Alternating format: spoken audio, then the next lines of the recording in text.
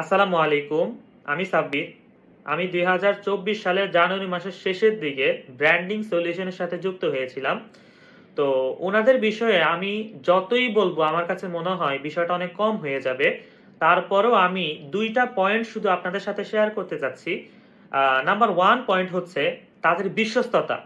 আসলে এটা 100 এ 100, এখানে আমার বলার কিছুই নাই। ১ নাম্বার, কমানোর কোনো অপশন নেই আমার।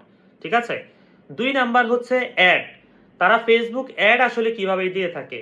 নরমালি আপনি বললেন আপনার প্রোডাক্টটা এটা, উনারা একটা দিয়ে দিবে এমন না।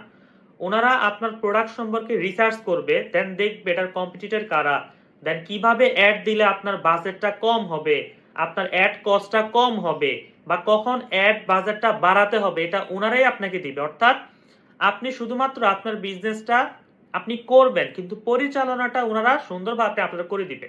এছাড়াও আপনি যদি কোনো জায়গায় আটকে যান বা এই প্রবলেমটা হয়েছে, ভাইয়া এই প্রবলেমটা যদি শেয়ার করেন ভাইয়াদের সাথে, তাহলে কিন্তু ওনারা এটার সাথে সাথে আপনাদেরকে সলভ দিয়ে দিবে। ঠিক আছে? তার বাহিরে উনারা এমন কোনো কিছু করবে না আপনাদের সাথে যে বিষয়টা আসলে উনাদের লাভের জন্য, যে আপনি যত বেশি অ্যাড দেন ওনাদেরই তো লাভ, তাই না? কিন্তু আপনার যদি ক্ষতি হয় ওনারা নিজ দায়িত্বে অ্যাডপ্ট করে দিবে। ঠিক আছে? এই দিকটা আসলে বিশ্বস্ততার দিকেই পড়ে। এই জন্য আমি বলেছি যে ১ নাম্বার, কমানোর কোনো অপশন নাই। স্ক্রিনে আপনি দেখতে পাচ্ছেন যে এখানে পার্সেলের কিছু ছবি দেখতে পাচ্ছেন। এগুলা ব্র্যান্ডিং সলিউশনের মাধ্যমেই আল্লাহ সুবহানাহু ওয়া তাআলা এই সেলটা আমাকে দিয়েছেন। ১০০০ প্লাস সেল হয়ে গেছে ইনশাআল্লাহ ইতিমধ্যেই। তো আমি 100% সন্তুষ্ট ব্র্যান্ডিং সলিউশনের সাথে।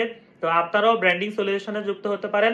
কারণ বাংলাদেশের মধ্যে এই ব্র্যান্ডিং সলিউশনের মতো একটা এজেন্সি খুঁজে পাওয়া আসলে খুবই কষ্টসাধ্য। ঠিক আছে?